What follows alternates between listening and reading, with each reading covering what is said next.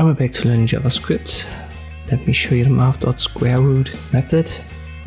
As the name suggests, it can be used to return the square root of x. If we print out 64, for example, you can see it. And now add Math.sqrt before it and regular brackets for the 64, and we'll get the 8. So 8 times 8 would be 64.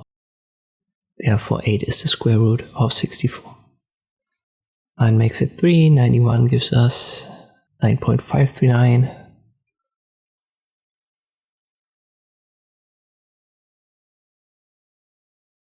And this is how this works. So a super easy method. X is always the number that you put inside of the regular brackets, and Math.sqrt is the name of the method.